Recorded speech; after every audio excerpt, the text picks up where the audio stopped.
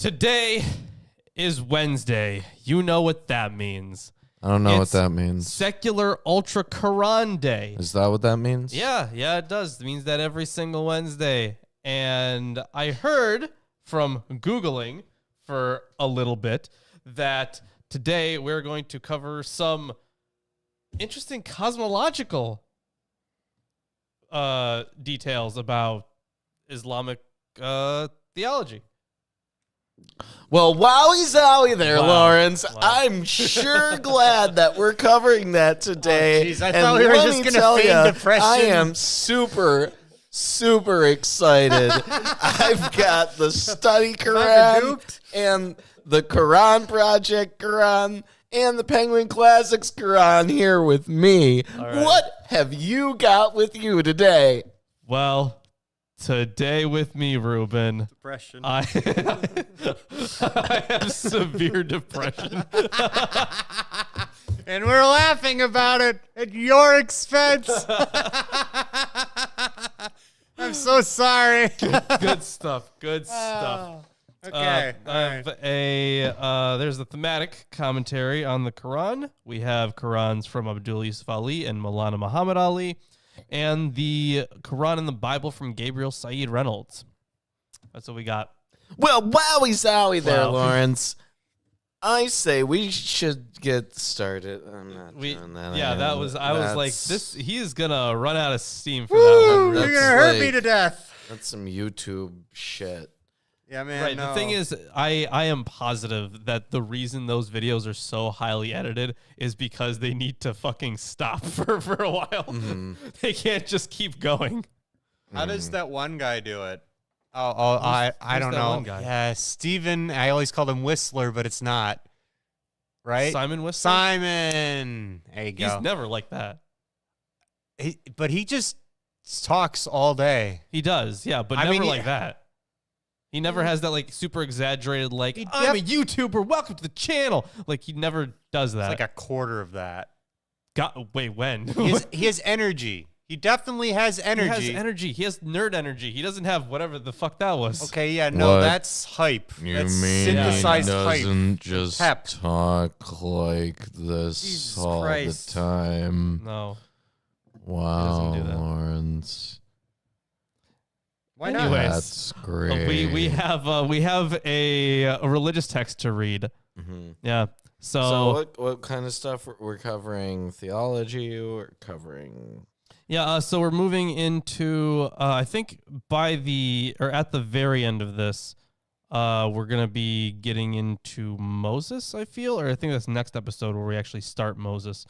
We were just getting through the Adam Right. and his mate story, Yes. not the Adam and Eve story. No, because that doesn't matter. Eve doesn't matter. What matters is, of course, the. Oh, hold on. Yeah. I have this written down from last time. So there is apparently a different account of the same story in Surah 20, right? We haven't gotten there yet, but we did have the mention that that there's a contradictory account. Also, Yeah, looks like Chrissy's here. Yeah, you know what? Yesterday was a big day for Wisconsin. Yeah, Yeah. here in Wisconsin, we got the Supreme Court, and And it was fuck good. Brad yeah, and fuck Elon. but somehow the referendum passed. Right. I think But the thing is, it all goes down to wording, right? Mhm. Because the way it's worded about voter IDs makes it seem reasonable that it's just to prove citizenship. But the thing is, people don't really think about the full ramifications of the wording. Is that they would be looking for something like a passport, or like your actual birth certificate. how does that work if you're like married and change your last name? Yeah, and- I don't fucking know exactly, but it's but the reason that I think only one county, I think it was Madison County, that was the only county that voted against that, as a majority. But the issue is it essentially makes it where poor people can't vote, but because of the wording, it didn't seem like that to someone who has access to all those things. Yeah. So I think that's probably one of the big reasons. But we got Underly, and we got Crawford, which is good. Yeah. Yeah. And also, even in Florida, even though the Republicans obviously maintain control in those districts, the Democratic gain in those districts is like 15 or 20 points up from what it was before. Yep. So double digits or whatever. Okay, I don't know what Chris was even trying to say. Whatever you have is no better idea. than other places. It's above 10%. Yes. Damn it, Lawrence. Anyways, God, I said it in a very Zoomer way. Is that how you said it? I did. I didn't mean to. I just didn't care. Okay. Anyways, we have a Quran to read. We should do that. Yeah, we do. Oh, yeah. We do have a Quran to read. We are a fucking, like, politically neutral, family-friendly. Yes, family-friendly. Family-friendly podcast. Of course, yes. Who is good. The YouTube algorithm loves us and yes, it does. wants to reward us Yeah. for being so family-friendly. That is true. So kind and forgiving. Let us proceed with the Quran. Also, family-friendly. Yeah, very politically neutral, family-friendly. Okay. Oh, children of Adam, let not Satan tempt you, as he caused your parents to go forth from the garden, stripping them of their raiment to show them their nakedness. Surely he sees you, he and his tribe, whence you see them not. We have indeed made the Satans the friends of those who do not believe. Or we have made the evil ones. Or let's see. Yeah, we have indeed made the devils friends of those who have no faith. Now, this is something we've run into before, where like Satans or devils is like a class of beings.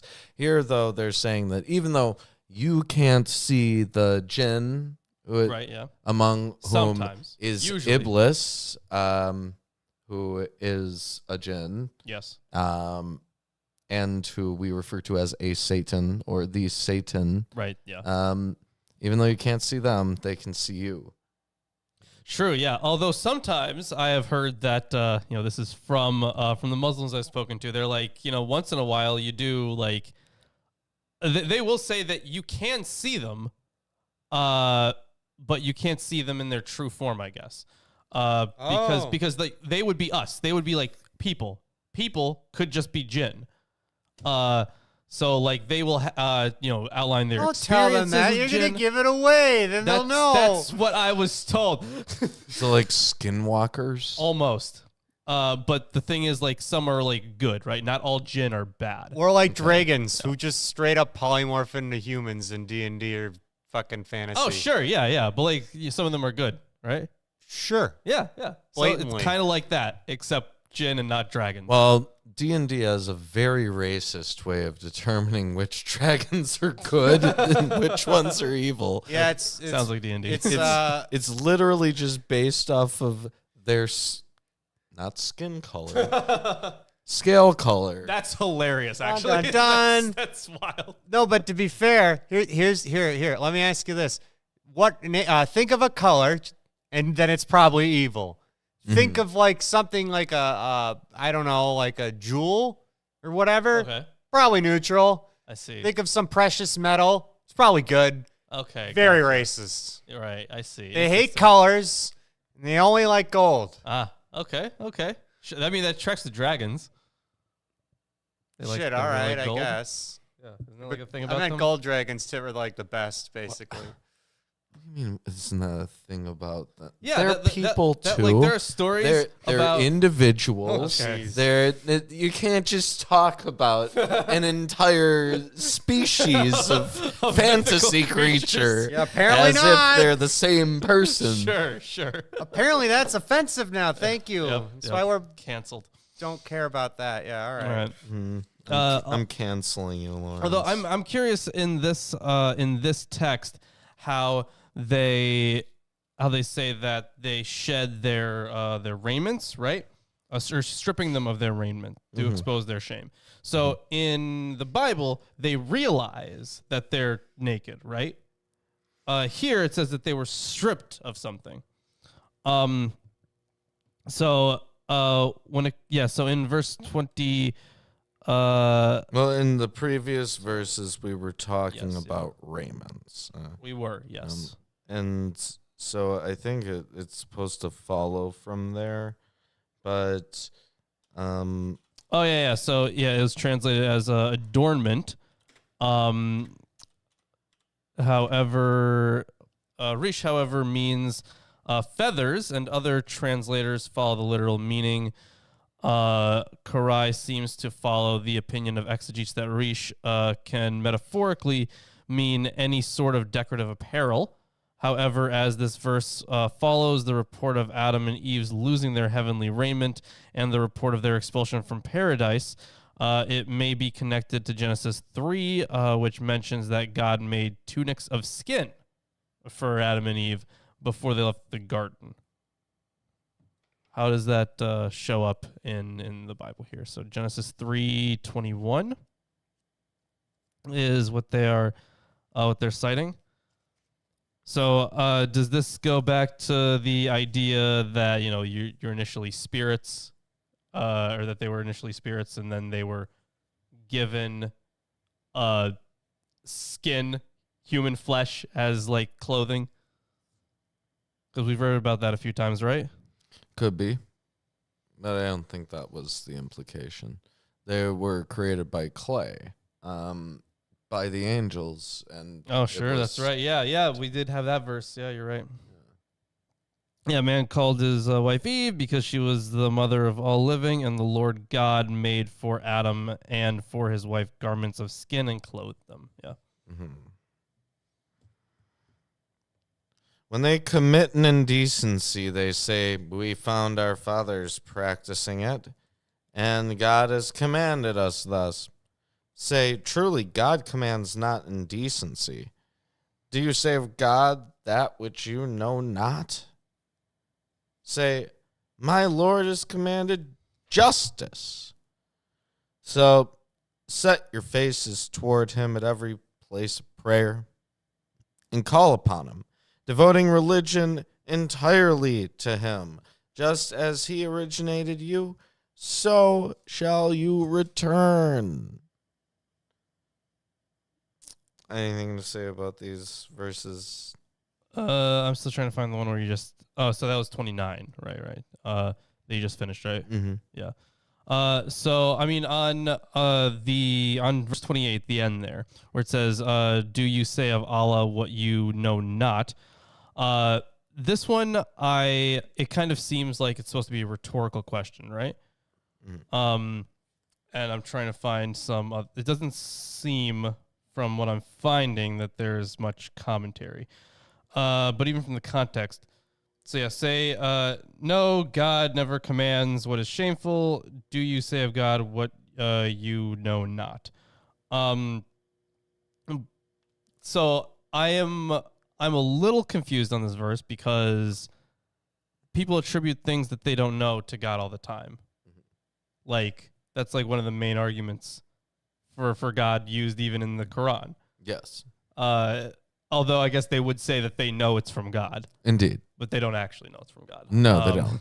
So, but they presume that everything's from God. So right, of course, yeah. So while this I think is meant to be rhetorical, the answer is not really what they want it to be. Mm-hmm. Not quite, not at all.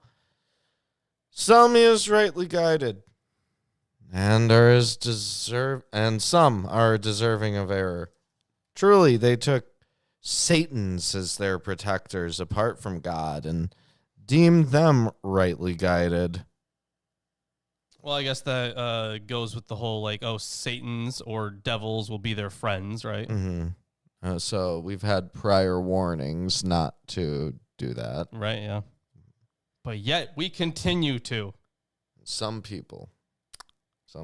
Apparently us especially. Well, we are Satan's ourselves. Oh, that's right, yes. Yeah. That's right, yeah. Oh, whoops. So like we need to, our best friends have to be other Satans. I suppose. Or ex-Muslims. Right, yeah, or apostates, true, yeah. Those are our best friends, apparently. Mm-hmm. Yeah. Makes sense. Oh, that reminds me. I was thinking we should have done something for April Fools, and I had an idea, and then I totally lost it. But what a bummer. Isn't Milwaukee the place where they bottle all that water with beer labels? Oh, I mean, quite a bit of it. Yeah. I think she's saying that the beer here is very weak. It is weak, but you know what? Beer. Sometimes you want a weak beer. What about vodka? Sometimes I just drink vodka, just rum, There you go. Yeah, actual Sometimes real alcohol. you want to have State's yourself a nice stupidly little alcoholic. like It's not just that. 4.5 state. percenter. You don't want to necessarily like down a 70% alcohol Wow, beverage. wow, you've really aged, Ruben. Yeah. It can't go as hard as you used to, huh? No. Jeez, I still can have vodka. Yeah, see, Chris still goes hard. No, just like I never liked Every vodka. week? Every single night, One Chris night is a drinking week. bottles of vodka I might have straight. I mean, very Three seriously, drinks. that I never liked vodka. I mean, yeah, why would you? Specifically vodka. Oh, Vodka is gross. It isn't What- very good. I like whiskeys. There are various whiskeys that I like. whiskey's good. I like it like more peaty, you know. I like it to like kind of punch you in the face a little. Sure. How do you bit. feel about rum? You know, Because I'm a big fan of rum. it really depends on some rums are almost like vodka. And then other rums are very flavorful. So it really depends on what you've got. No, see, Maya, we can't have chasers here. This is a very alcoholic state. We're not allowed to have chasers. No. And You know my what? family's from Russia, so I'm especially not allowed to have chasers. We're just supposed to drink alcohol. Did you ever go? You're still at college. Yes. So, you know, in the student union, the bar that's there. The thing is, I just found out about that bar like a couple weeks ago. Okay, Wait, go down what? there. You just found out I just about found out. that? Yeah. Okay, I thought it was like a gaming place where they have like just pool tables and stuff. I didn't know it was an actual bar. When's your next class? Tomorrow? Tomorrow? Okay, after class, go down there. Bring in like probably $12. I don't know. And order a Bloody Mary. Disgusting. They're gonna give you tomato juice with vodka in it, yeah. Gross. But they're also It's gonna tomato give juice. you like, you know, like a beef stick. No, They're gonna give you like cheese. They're gonna give you a beer. Sure, yeah. They're gonna just give you a beer. That's one of the things that they call it, a beer chaser, but it's really just like, you know, they give you a glass that's like yay big, and they give you a free beer, right? So it's kind of like, yeah, it's interesting. That's what Wisconsin's like. Yeah, that's Everywhere. that makes a lot of sense. That actually. happens in our schools. That's a pretty good point that you make. But I would never drink a Bloody Mary. Those things are disgusting. I did try them once, and I was like, "This is fucking gross. How can anyone?" If I just wanted a V8, I would have had one. I've had a decent Bloody Mary once. Nah, I never. don't believe him. They're It disgusting. really depends on, like, you know, do you Nah. like tomato? If I want a V8, I will have one. If I want a Right. salad, I will have one. Right. I don't need a Bloody Mary to get that into my system. Yeah, you do. Do I? Because you don't want a V8. And You're right. you don't want a salad. You need the vodka to get through it. Anyways, like some of them are rightly guided. No, some of them are you deem rightly guided, but they're not, right? Oh, children of Adam. Verse 31. Verse 31. Put on your adornment at every place of worship and eat and drink, but be not prodigal. Truly, God loves not the prodigal. Oh, yeah, be not wasteful. Yeah. Oh, yeah, like the prodigal son.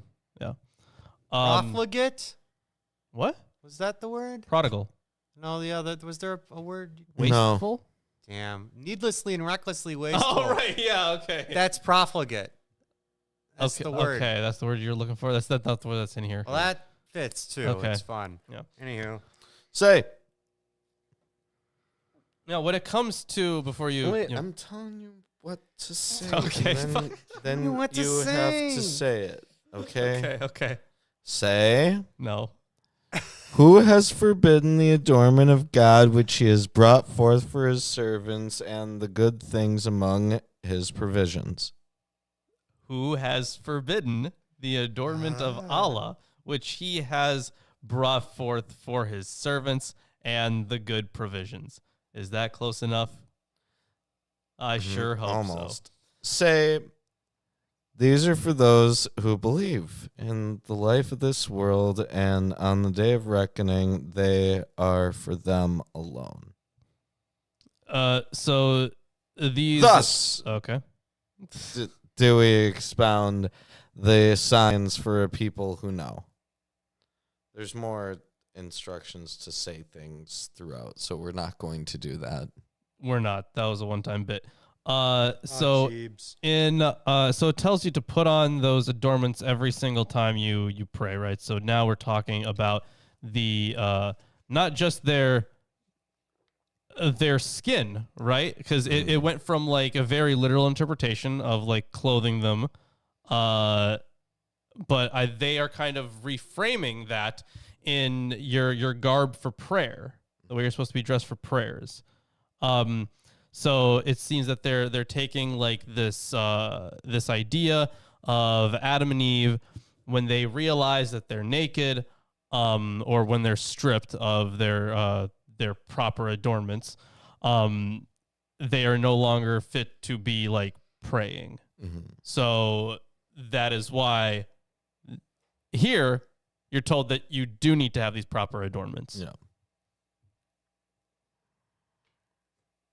And then on 32, the only commentary that I have on this, I think, comes from, I mean, there's a little bit of commentary here, but there is some on this from Muhammad Ali.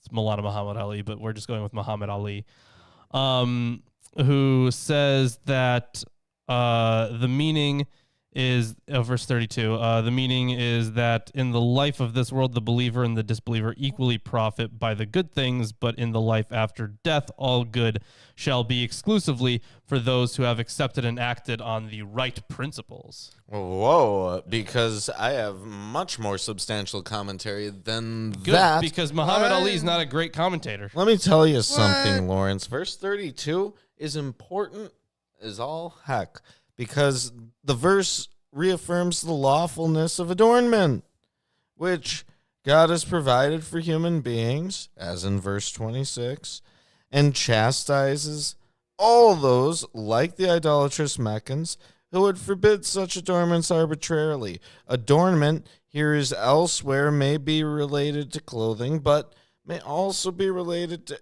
any type of ornamentation.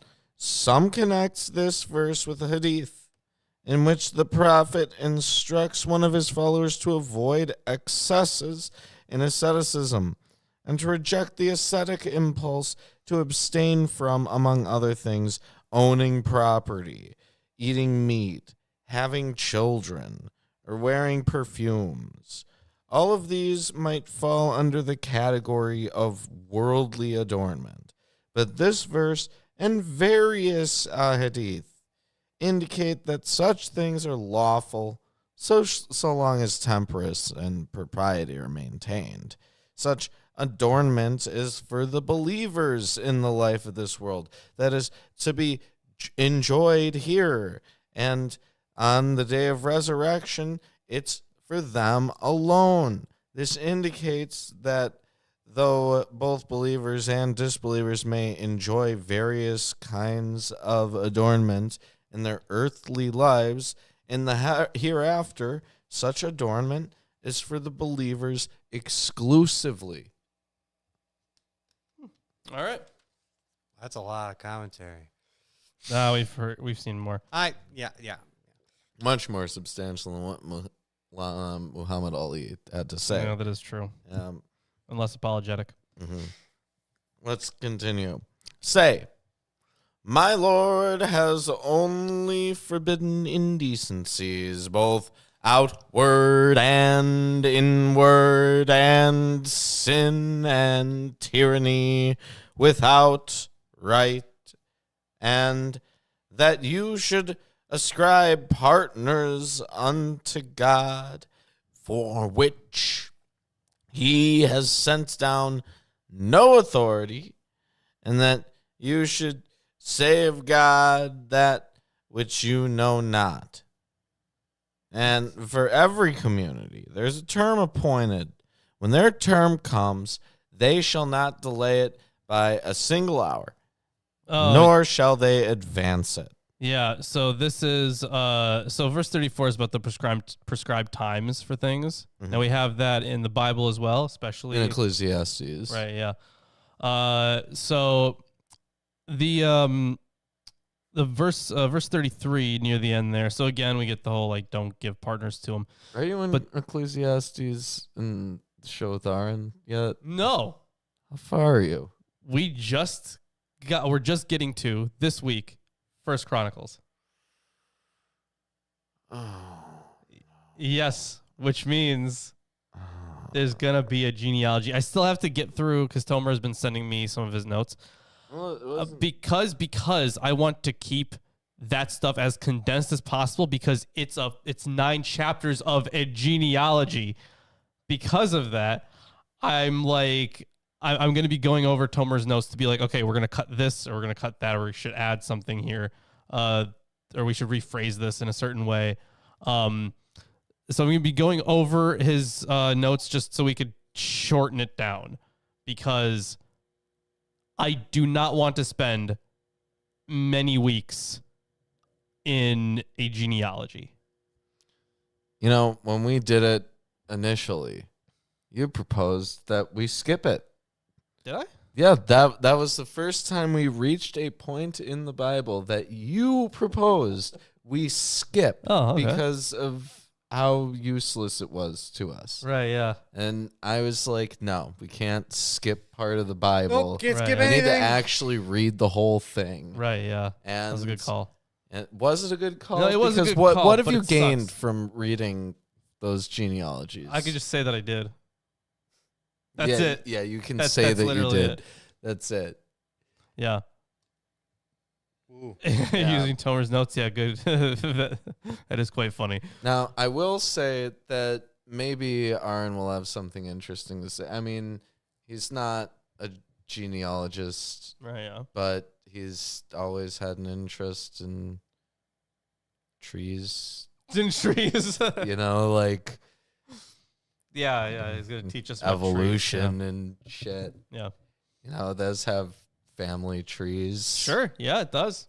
So that's what Chronicles is, right? Yeah. I mean, I'm personally going to try to keep it down to stuff like contradictions or significant textual variants. Well, that's the thing. We didn't really cover any textual variant. Right, yeah. We did cover some contradictions, I think. Mm-hmm. But Yeah. there aren't that many. It's not that substantial part of a book. It's just a long part. Right, it is a long part. Yeah, there's like a couple things like in between, but it's mostly a genealogy. So, anyways, we're talking about a completely different book. We are.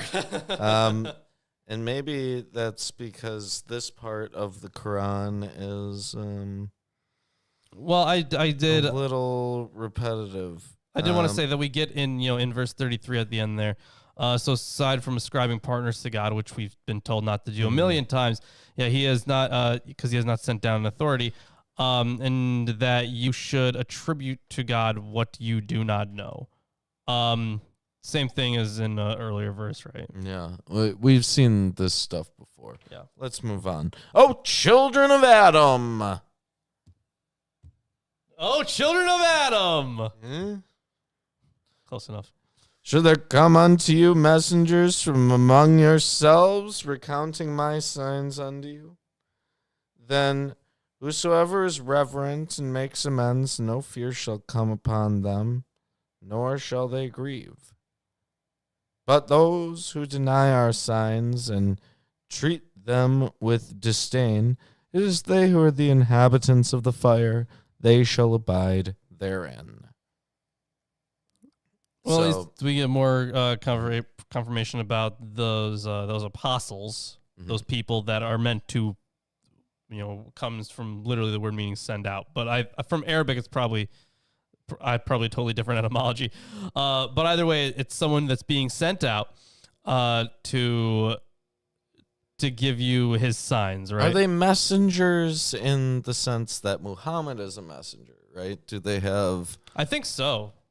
So this idea of the last prophet being Muhammad, not necessarily, right? He's saying outright here, oh, children of Adam. Yeah, so all humans. Mm-hmm. Yeah, if there come to you apostles from yourselves, so if any humans are sent as prophets, recounting to you my signs.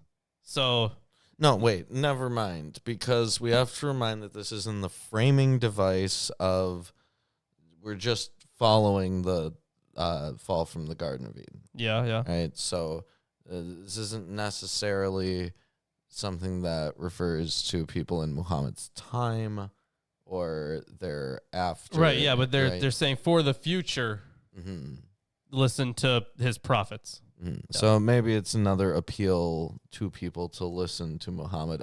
Like later on, yeah. Lawrence, you gotta listen to me. Because when I was talking to God, he said, you're going to be talking to Lawrence later, and he's not going to be listening to you. And you tell Lawrence that God wants him to listen to you. You make a very good argument. I'm now compelled. But that's, functionally, if you're in this situation where, Muhammad is delivering this verse to you way back when, then that's what's happening a lot of the time. It is, yeah. That's it. I mean, that is basically what's happening. He's like, no, you guys got to listen to me. God said you got to listen to me. Yeah. God said you wouldn't want to listen to me and that a lot of you wouldn't. Yes, but you should. You not listening to what I have to say is definitive proof that I am right. This has the same energy as the later church forgeries in the names of apostles. It just gives them credibility. Yeah. And who does greater wrong than one who fabricates a lie against God or denies his signs? Signs? His signs. Oh, signs. Oh, good. I was thinking science was thrown in here. I didn't know God had science. Signs, that makes sense. Oh, well, actually, there's a whole, essay in one of these about how the Quran is scientifically accurate. Don't do it. It's in one of these. I forget which one it is. I'm going to guess it's this one. There's something interesting about religious books How they love reinterpreting things in the face of modern science to say that their religious book actually agreed with modern science and knew modern science first, even though none of them actually ever interpreted it that way until modern science figured it out. No, not at all. Oh. What I was going to say is that it's kind of weird how they throw little essays in the back of the book. Oh, okay. Like, That's it. yeah, that's it. But, like that too, I guess. Nice. If we want to just add that in Sure. there as well. Okay. Let me continue. I think you're For in such as 37. these, their portion of the book will reach them till when our messengers come to take them away, they will say, "Where's that which you used to call upon apart from God?" They will respond, "They have forsaken us, and they bear witness against themselves that they were disbelievers." Okay, So first they're going to say, where is that which you used to invoke besides God? And then, our messengers come to take them away. Our messengers are going to say this. And then these then they non-believers respond, will respond like this. Okay. We've seen this before as well. about people testifying against themselves? Yeah, eventually after the day of whatever. Yeah. He will say, "Enter the fire among communities of jinn and men that have passed away before you."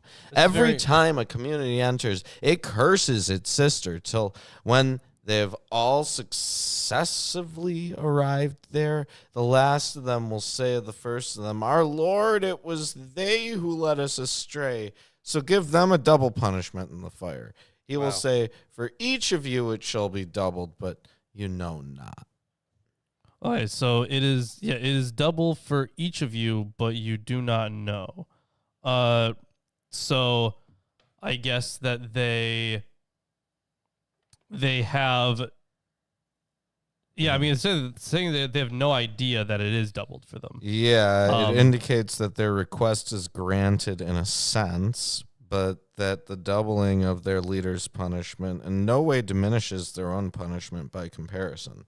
According to Al-Razi, the leaders do bear additional guilt for having led others astray, but the punishment is nonetheless doubled for both because this is the nature of hell itself, namely that its punishments continually follow one upon the other indefinitely. So, I mean, I guess in a way they do condemn each other in a certain way, right? That's kind of the idea that this is kind of like the whole blind leading the blind thing. Mm-hmm. And there's not going to be any sympathy going back because and the first of them will say to the last of them, "You're no better than us, so taste the punishment for that which you have earned." Oh, sure, yeah. Truly, those who deny our signs and wax arrogant against them, the gates of heaven shall not be opened for them, nor shall they enter the garden till the camel pass through the eye of the needle. Oh, yeah, that's a good callback, right? Yeah, thus do we recompense the guilty. Wow, what a strange Right, yeah. Indeed, those who deny our signs and disdain them, the gates of heaven will not be open for them. So that would be the rich, right, in the Gospels? Yeah. Yeah, a rich man. Nor shall they enter paradise until the camel passes through the needle's eye. So they never will, is what they're saying. But yeah, of course, in the Synoptics, Jesus used the metaphor of the camel and the needle of the eye to describe how difficult it is for the rich to enter heaven. Mm-hmm. So he's using that same analogy here to non-believers and not to the rich. Yeah. Now, camel translates Jamal, and many commentators consider the term to be a clearer note that a clear reference to the camel. Some, however, note that the term could be read as Jumal. meaning a thick cable woven of many strands, such as is used to secure ships. Well, if they're talking about the... Okay, listen. Yeah. If they're... Al-Zamakhshari, for example, favors this reading, Let's since see. the idea of a large cable passing through the eye of a needle seems more natural a metaphor than one referencing a camel. Right. So then you have to ask which one is someone likely to... Let's say this was... I don't know about the manuscript tradition here, but let's say you have a decision to make between two readings. If it were initially this cord, right? What would be the reason to change it to a camel? Would it be to make it fit in line with... No, it's alternate readings of the same skeletal text. No, I get that, yeah. So it's not that you're making one or the other. It's that you are just reading it as something else. Yeah. Even though it's the same right, fundamental text. There's no vowels. So there's just the consonants, right? So you have to fill the gaps based off your own intuition. Well, I'm pretty sure... As a speaker of the language. I'm pretty sure with Arabic, I mean, I know a lot of the times they do vowels in like this very similar way as Hebrew does. When I was reading the Neworth book, but they talked about, she talked maybe at about, the time, I don't know. Yeah. Well. But I know at least some of these letters make like an A sound. Yeah. I don't know. I do know that in the Neworth book, she says that it's a skeletal text usually. Oh, sure. Okay. Gotcha. And that usually refers to one where you have consonants and not vowels. Right. Okay. Gotcha. Okay. That would make sense. Yeah. Okay, let's continue on here. Truly, those who deny our signs and wax arrogant against them, the gates of heaven shall not be opened. Okay, we read that. Thus do we recompense the guilty. Hell shall be their resting place with coverings above them, and thus do we recompense the wrongdoers. As for those who believe and perform righteous deeds, we task no soul beyond its capacity. It is they who are the inhabitants of the garden. They shall abide therein, and we shall remove whatever rancor lies within their breasts. Rivers shall run below them, and they will say, Praise be to God who guided us to this. We would not have been rightly guided had God not guided us. The messengers of our Lord certainly brought the truth, and a call will be made unto them. This is the garden. You have inherited it for that which you used to do. So this kind of sounds to me, when it talks about the rivers under you, I know that's been one way that's described, right, that you have a garden and rivers running through it. But because of that rivers reference, it kind of points back to that cosmic mountain theology. Because not only if we go back to the Bible, where we have those rivers coming out of Eden, we also have other, we have apocryphal works that we were reading, right, where they were in the, in the heavenly temple, and there were rivers flowing out of it. Indeed. That was in Baruch. Was it second Baruch or third Baruch? One of them. It was one of them, but there's also cosmic rivers and mountains and various other works as well. So I think the Enoch books especially make constant references to cosmic rivers, rivers of fire. True. Although this one I think is a little bit more substantial. I can I'll have to find it again, but there are images of a mountain that is personified as a god, like from Babylon and like Assyria and stuff like that, where there are I guess technically you could interpret it as two rivers. It's like an X with rivers, right? So it could be either 2 or 4, depending on how you want to count it. But they're all coming out of the mountain, is the thing. And since it's a god, you could have this holy mountain theology. But yeah, this cosmic mountain stuff is pretty interesting. Kind of maybe a bit of a callback to to verse 13. But anyways, I think I should probably take over at this point. Yes, it is about the halfway point right Yeah, here. Yep. So with 43? 44. Oh yeah, 44. I see. Okay. So I should actually change this here. All right. 44. The inhabitants of paradise will call out to the inmates of the fire. We found what our Lord promised us to be true. Did you find what your Lord promised you to be true? No. That's very funny. That they're mocking them like that. Yes, they will say. Then a caller will announce in their midst, may God's curse be on the wrongdoers.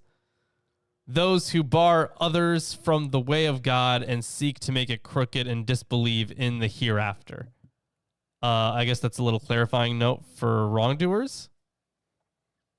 Because remember, that was one of the grave sins is to stop, if you stop people from worshiping, that was one of the worst things you could do. What does you say? Yeah. For the curse of God. Yeah, may God's curse be on the wrongdoers. Right before that. Oh, yes, they will say. Then a caller will announce in their midst. Yeah, the caller. Here, a herald. Is this like a Punisher situation? Like you have an angel whipping them or some shit? It's somewhat interesting. The herald, perhaps an angel who's the keeper of hell. Yeah, something like that. Yeah, who communicates the curse of God upon disbelievers in a manner audible to both of them and to those in paradise. Some Shiite traditions, however, identify the herald as Ali ibn Abi Talib. Oh, that's pretty specific. Yep. The close companion, cousin, and son-in-law of the prophet, as well as the fourth rightly guided caliph. Yeah, cousin and son-in-law is not something that I want to read in a sentence. Nope. And the first Shiite imam. So that they really turned that political. Yeah. That's really crazy.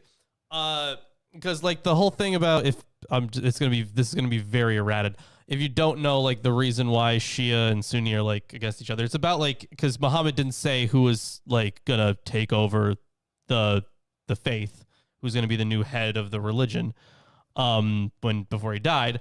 So there are some people that because the Shiites say that it went to his the power would have went to one of his relatives, and then the Sunnis are no, it didn't.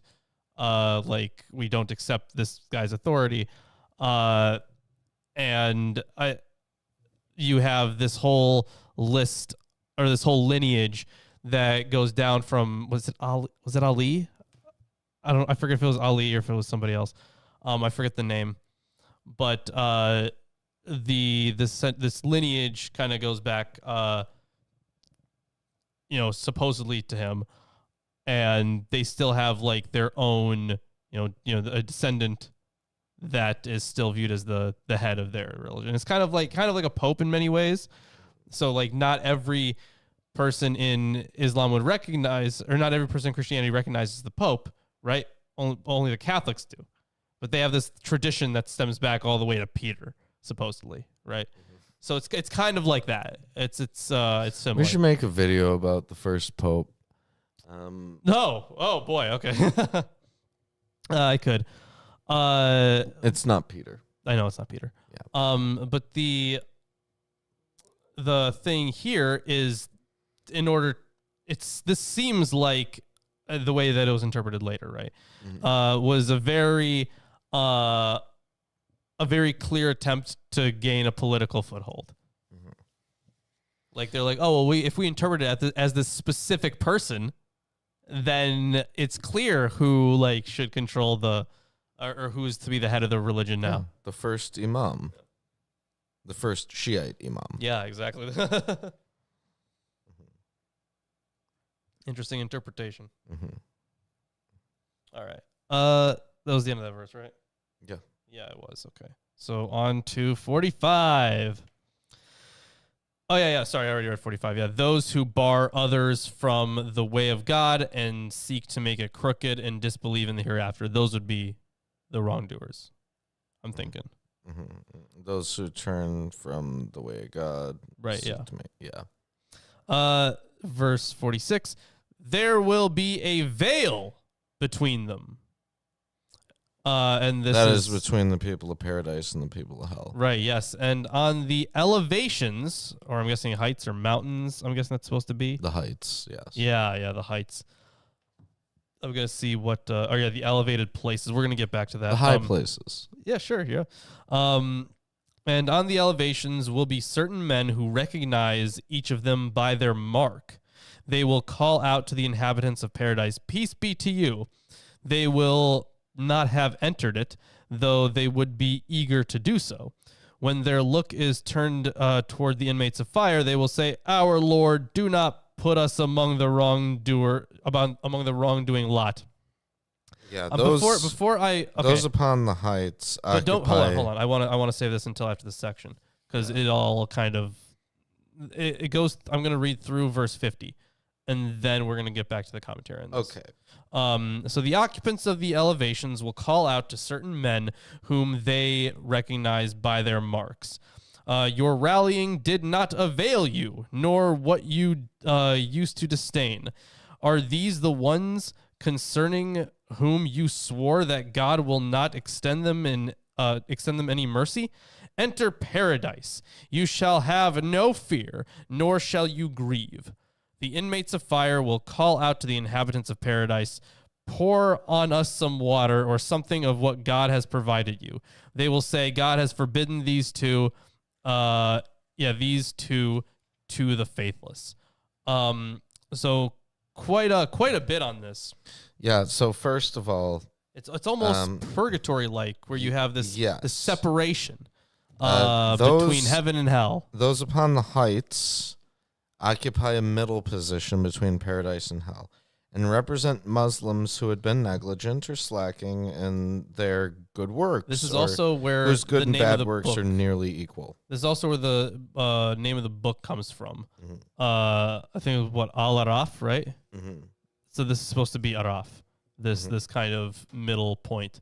That Araf is a plural form of Arf, meaning literally an elevated place, and hence Al-Araf means the elevated places. There has been much discussion as to what Araf is.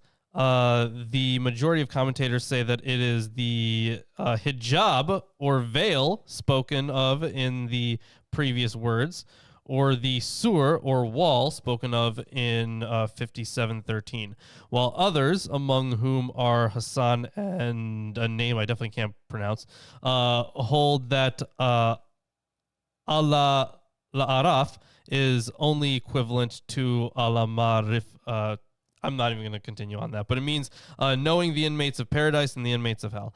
I have already explained the nature of the veil mentioned in verse 46, which he says here, the veil which here separates the wicked from the righteous, and on account of which the former fail to see the bliss which the latter enjoy, will assume a perceptible form in the next life.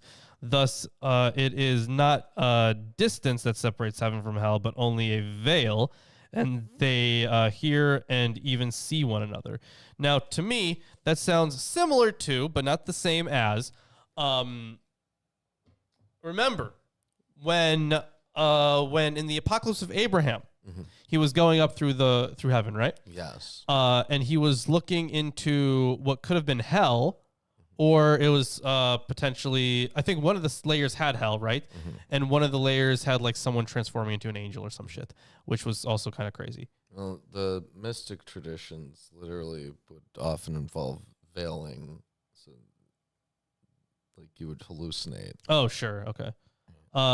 So this is so this veil, or at least under this the translation that's used here, because in what, verse 45? No, there will be a veil between them, yeah. And this seems to be because they're calling to each other, right? They can contact each other in some way, and they're easily recognized, so they're marked, which calls back to Revelation. Yeah. Where you would have marks for salvation and marks for damnation, which has a history in like Jeremiah too, I think. I've got a bunch of commentary. Yeah, I bet this is a pretty interesting verse. So most commentators indicate that those on the heights will eventually enter paradise, but many note that they will be the last to do so, or that they are referred to as the poor in paradise. It seems from the context that they are people who have potential to, I mean, they seem to be like almost the next in line, but it doesn't say that they're definitely going to get in. Yeah, it's like people who didn't attain to moral responsibility. Al-Ghazali identified the people on the heights as those whom the call to true religion had not reached.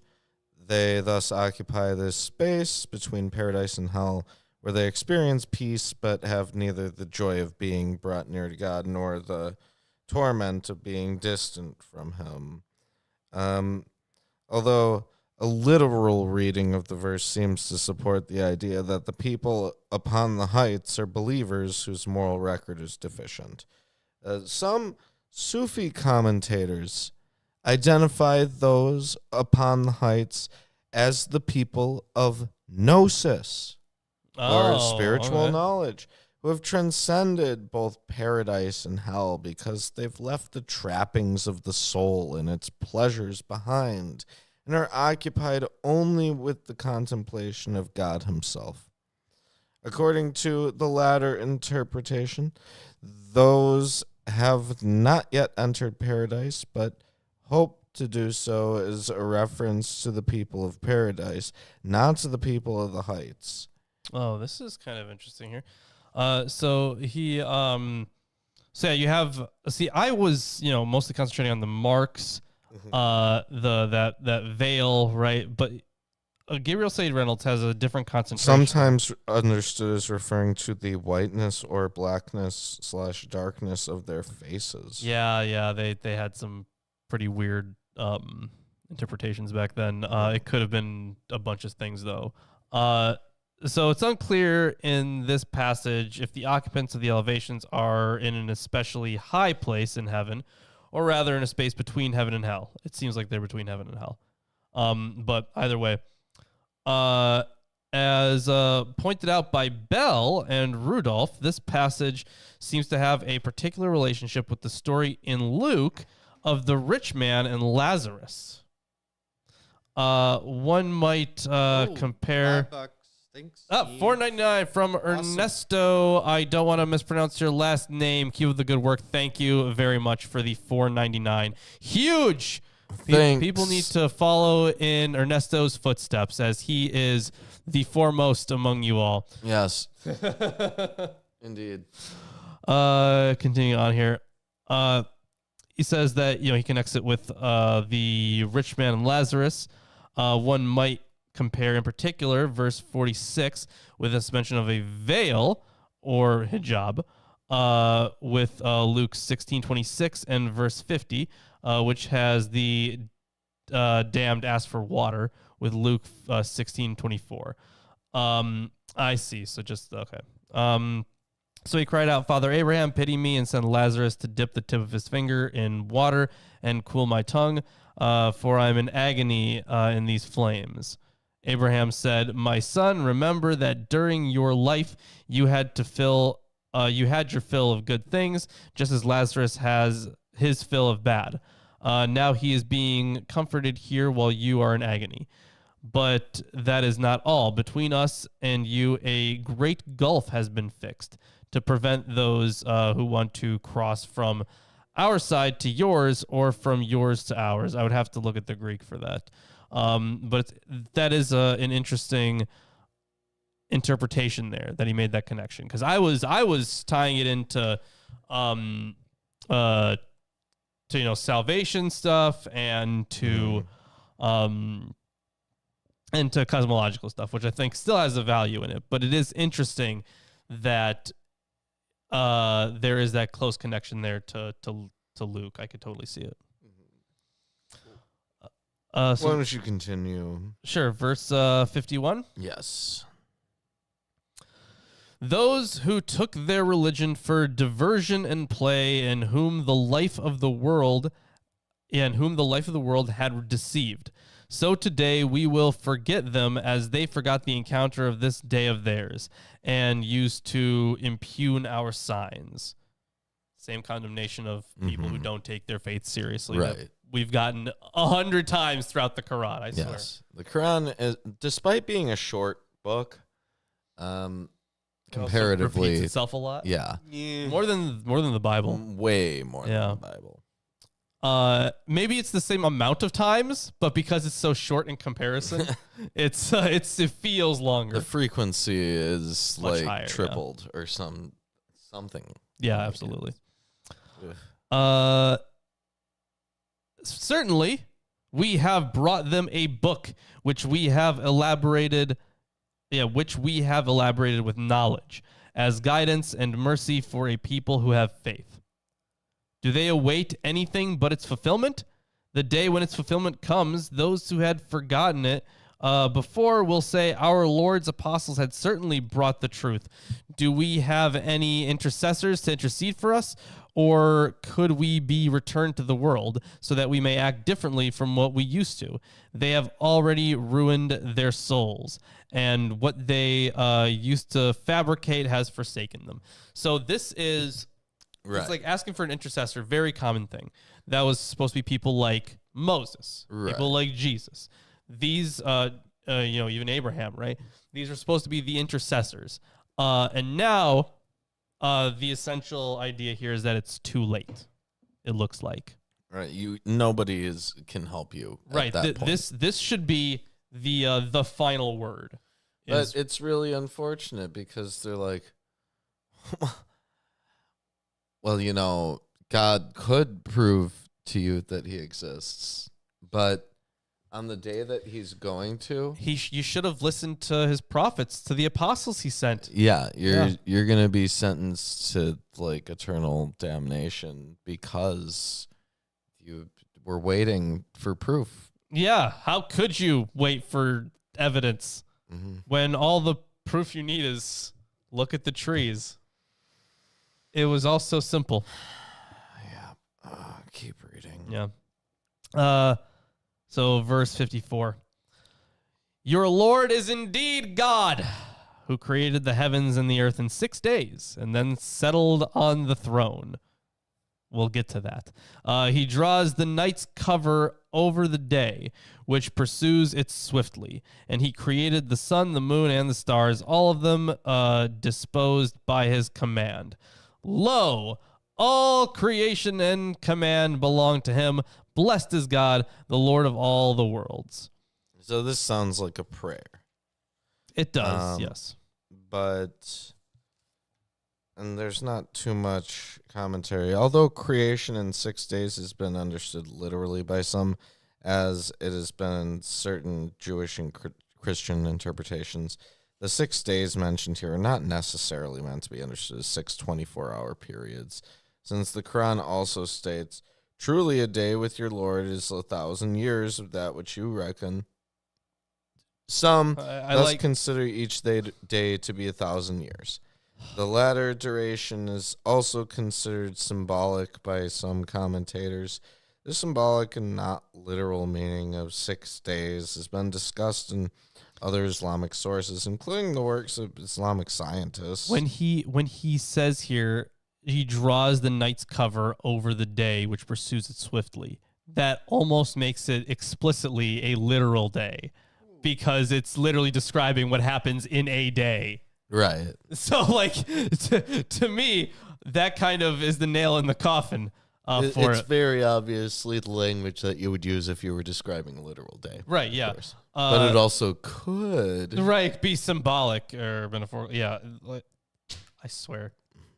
Religious apologists, they have, like, the easiest job in the world.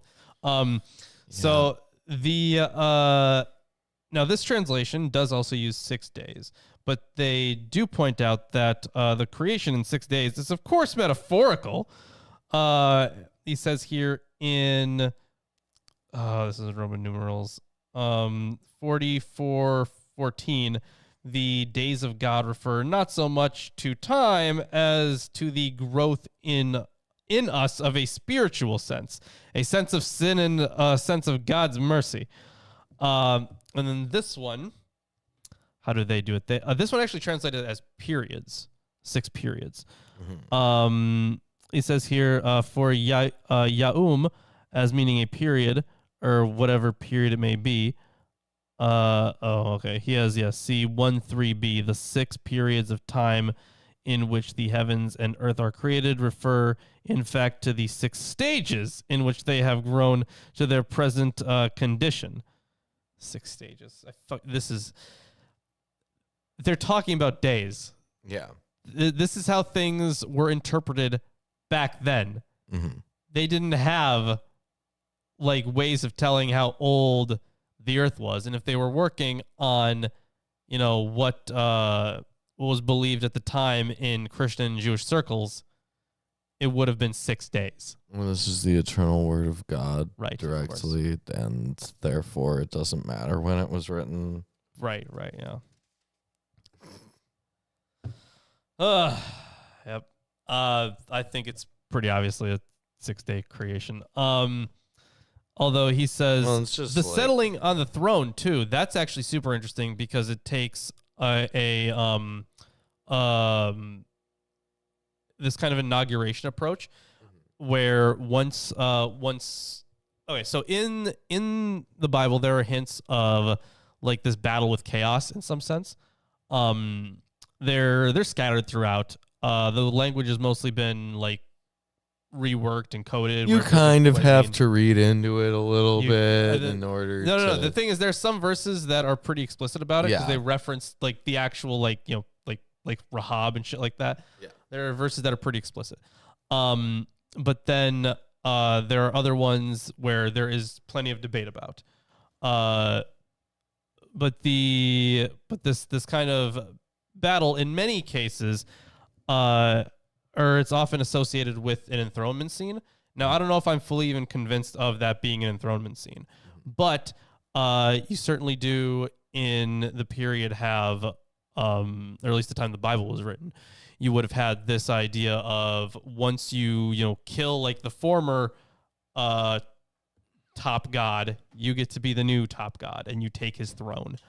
There's a reference in Psalm 29:10 about God being enthroned over the flood or over the waters, which if you take the chaos as being some represented by water or like some chaos water, then that would fit.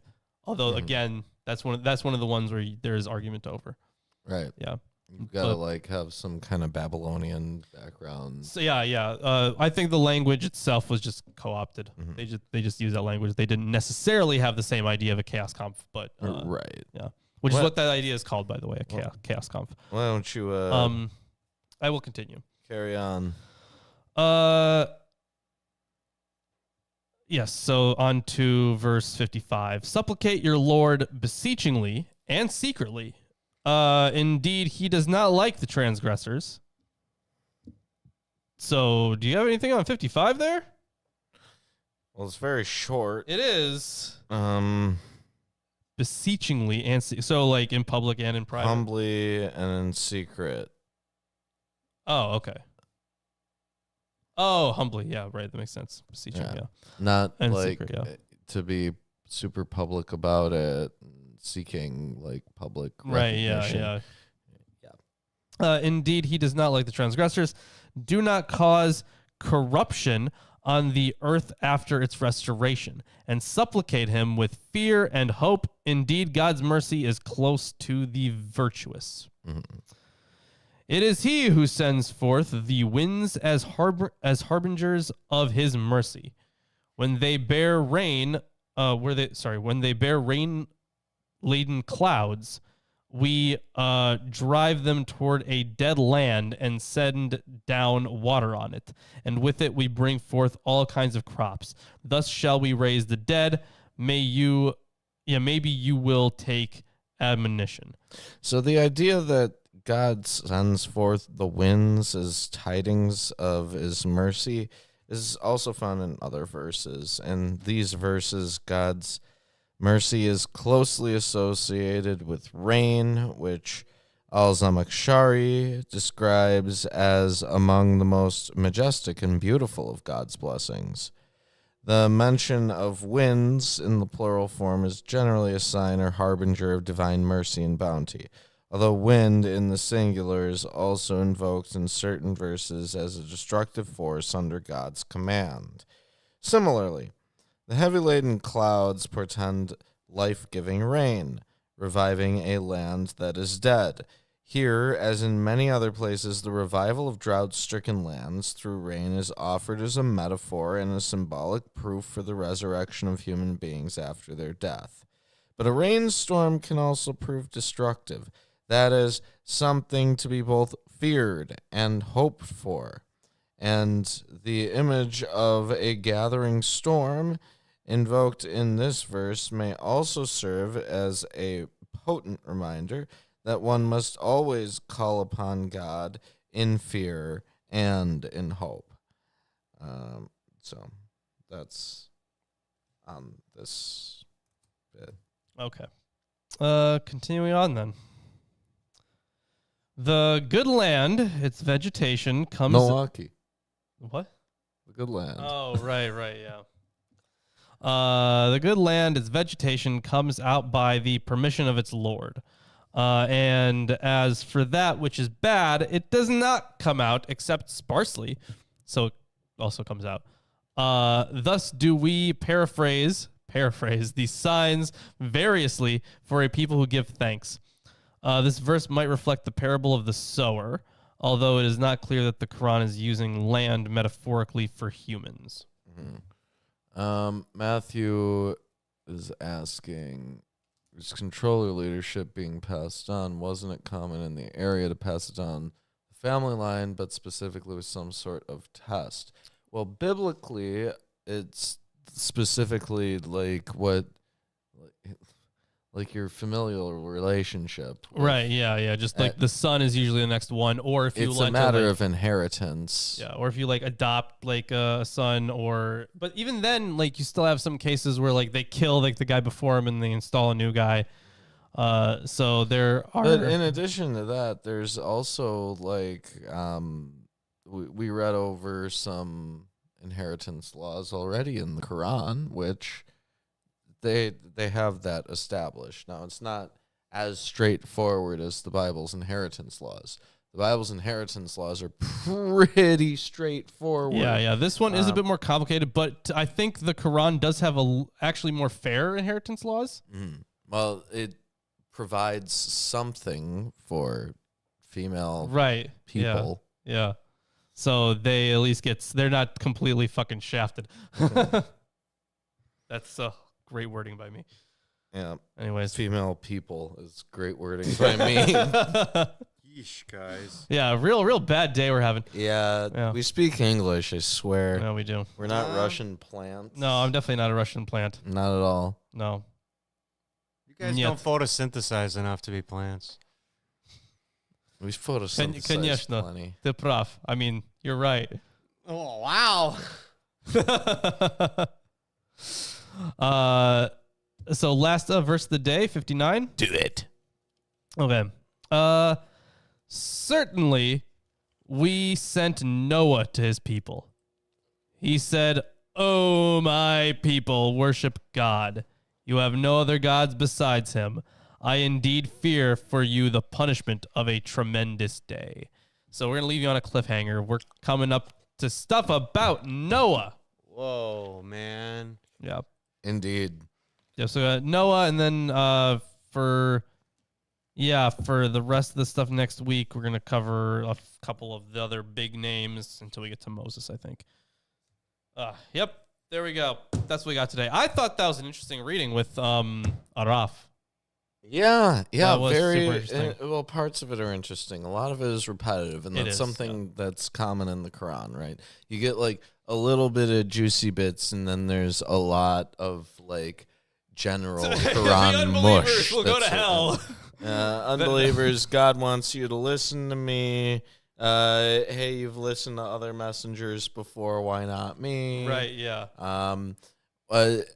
After Judgment Day, all the people in paradise are gonna be like, "Oh wow, you guys down in hell." That was pretty funny. The Our mocking- messenger led us to victory. Did your messenger get you where you wanted to go? That's pretty good. Yeah, that's pretty bad. Yeah.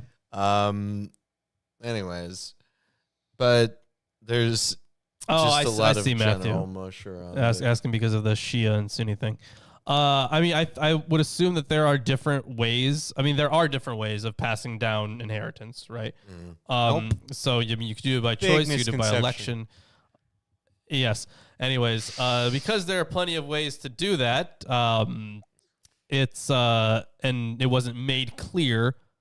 I guess that's why the argument persists, is that it wasn't clear. So. Yeah. But I mean, there are plenty of ways to do it in basically every time period. Honestly, you see multiple ways of succession. Indeed. Yeah. Anyways, that's the show for today. Make sure to drop a like if you haven't. So definitely do that. It's very important for the algorithm.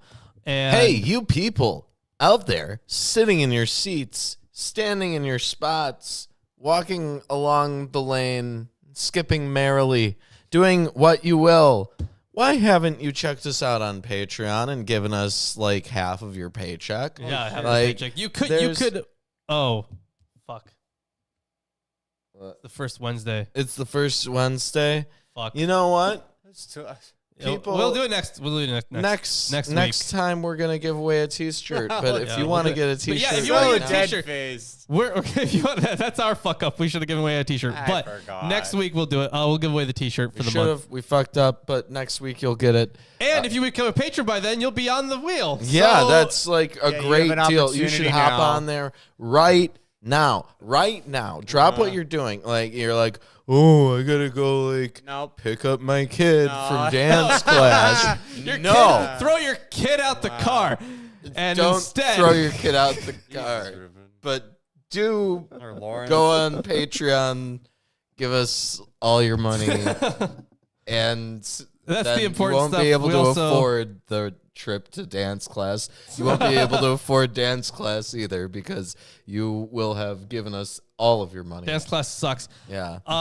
And I guess we also have an Amazon wish list. There are a lot of books on there that you could throw on this table if you want to help us out that way. But either way, that's the important stuff. Subscribe if you haven't. And we will see you on Wednesday. We're going to give away a free shirt on that day because it's Wednesday. We'll